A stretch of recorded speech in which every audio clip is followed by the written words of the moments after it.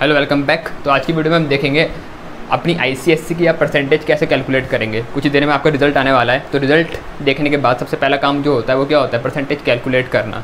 तो वही इस वीडियो में देखेंगे हम कैसे अपनी आप परसेंटेज कैलकुलेट करेंगे। तो जो आपके सब्जेक्ट हैं, टोटल आपके 6 सब्जेक्ट होते हैं। एक होता है इंग्लिश, एक होता है हिंदी, एक होता है मैथ्स, फिर हिस्ट्री, सिविक्स, ज्योग्राफी, ये एक ही कंबाइन हो जाता है। साइंस में फिजिक्स, केमिस्ट्री, बायोलॉजी तीनों आ जाते हैं। और आखिरी में होता है आपका 6th सब्जेक्ट। वो कंप्यूटर एप्लीकेशन भी हो सकता है, वो फिजिकल एजुकेशन भी हो सकता है, वो होम साइंस, आर्ट, इनमें से कुछ भी हो सकता है। वो आपके स्कूल में जो होगा, जो आपने ऑप्ट किया होगा, वो वाला यहाँ पर होगा सब्जेक्ट। तो ये 6 सब्जेक्ट हैं। और जब हम परसेंटेज कैलकुलेट करते हैं तो हम 5 सब्जेक्ट्स को लेते हैं आईसीएसई में, ठीक है। आईसीएसई वाले की मैं बात कर रहा हूँ। तो जब हम ये 5 सब्जेक्ट लेंगे तो इनमें से जो कंपलसरी सब्जेक्ट है वो है इंग्लिश। मतलब मेरे को इंग्लिश के मार्क्स और परसेंटेज कैलकुलेट करते वक्त लेने ही लेने हैं, चाहे आपके कितने गंदे आए हों, चाहे कितने अच्छे आए हों, ठीक है। तो इंग्लिश तो है कंपलसरी। तो इंग्लिश के मार्क्स, जैसे फॉर एग्जांपल एक बच्चा है वो ये मार्क्स लेके आ रखा, इंग्लिश में 95, हिंदी में 94, मैथ्स में 100, ये हिस्ट्री, सिविक्स, जियोग्राफी में उसके कंबाइंड मार्क्स हैं 85, साइंस मतलब फिजिक्स, केमिस्ट्री, बायोलॉजी में उसके कुल मिला के 98 आ रखे, और कंप्यूटर एप्लीकेशन में वो ला रखा 100 मार्क्स, क्योंकि उसने मुझसे पढ़ा था, ठीक है। तो ये मार्क्स हैं। अब मुझे इस स्टूडेंट की क्या कैलकुलेट करनी है, परसेंटेज। अच्छा, एक बात और याद रखना, इस बार जो आपके सेमेस्टर 1 और सेमेस्टर 2 के मार्क्स होंगे वो कंबाइन एक साथ आएंगे। मतलब आपके रिजल्ट में अलग अलग डिस्प्ले नहीं होंगे, उनका जो कंबाइन मार्क्स होंगे वही आपको फाइनल जो आपका रिजल्ट होगा उसमें दिखेंगे। तो जो ये मार्क्स हैं ये दोनों सेमेस्टर 1 और सेमेस्टर 2 के मिला करके कुछ इस तरीके के आपको दिखेंगे, ठीक है। तो इस तरीके का आपका रिजल्ट आएगा।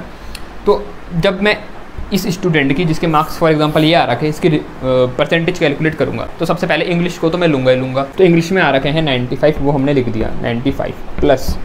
तो टोटल 5 सब्जेक्ट लेने मैंने, उसमें से एक तो ले लिया मैंने इंग्लिश, बाकी कितने लेने हैं 4। तो जो ये 4 लूँगा, ये रिमेनिंग 1 2 3 4 5, इन 5 में से कोई भी 4 लूँगा जो टॉप हैं, जिनमें वो टॉप मार्क्स ला रखा, जिनमें उसके मार्क्स ज़्यादा हैं, ठीक है। और जिसमें सबसे कम होंगे उसको हम छोड़ सकते हैं।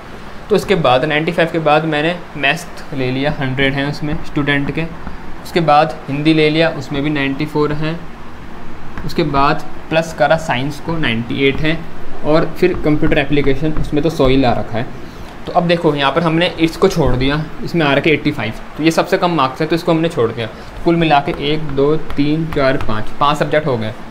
ये 5 सब्जेक्ट हो गए, तो टोटल इसको हम 500 से डिवाइड करेंगे, ठीक है। ये जो टोटल मार्क्स स्टूडेंट ला रखा, ये जो टोटल पॉसिबल मार्क्स हैं, और परसेंटेज में कैलकुलेट करना है तो इंटू 100%। तो ये ऊपर वालों को अगर मैं टोटल करूं तो ये आएगा 487 आएगा, ठीक है।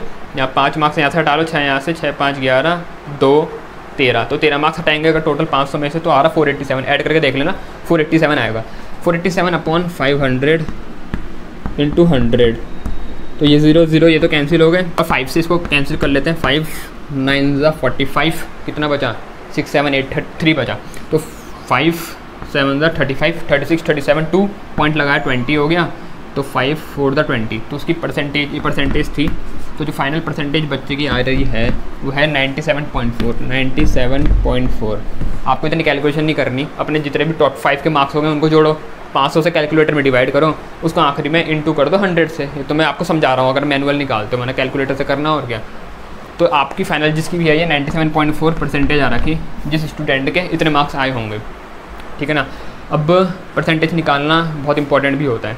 क्यों होता है भाई, जैसे रिजल्ट आया आपका, तो आसपास के जो आस पड़ोसी हैं सबको पता रहता है, सबके कान खड़े रहते हैं कि भाई इनका बच्चा आईसीएसई में, इसका आज रिजल्ट आने वाला है। तो जैसे रिजल्ट आता है तो जो दूर के रिश्तेदार भी होंगे जो कभी कॉल नहीं करते हैं, वो भी सारे आज बिल से बाहर आ जाएंगे, सब कॉल करेंगे, सारे आस पड़ोसी भी तैयार हो जाएंगे मार्क्स पूछने के लिए, तो सबको मज़े लेने होते हैं। तो आपको अपनी सही परसेंटेज कैलकुलेट करनी आनी चाहिए, ताकि आप दूसरों को सही परसेंटेज बता पाएँ, ठीक है। तो ये बहुत इंपॉर्टेंट है, परसेंटेज किस तरीके से कैलकुलेट करेंगे हमने यहाँ पर देख लिया है। तो इस तरीके से अपनी कैलकुलेट करना परसेंटेज।